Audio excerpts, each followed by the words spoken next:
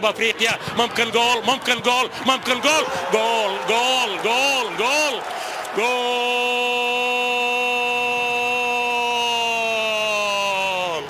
عوذيب للمرة الأولى في ملعب عبد الله بن خليفة، وبغداد بنجاح ينجح بغداد في تسجيل الجول الأول. وصلت الكرة بهذا الشكل إلى بغداد بنجاح، وبغداد ينجح في تسجيل الهدف الأول. لكن لاحظ الكرة السابقة كيف استغلها بغداد بنجاح بهذا الشكل. الباكورد الجميل، يسجل بغداد بنجاح الهدف الأول في هذه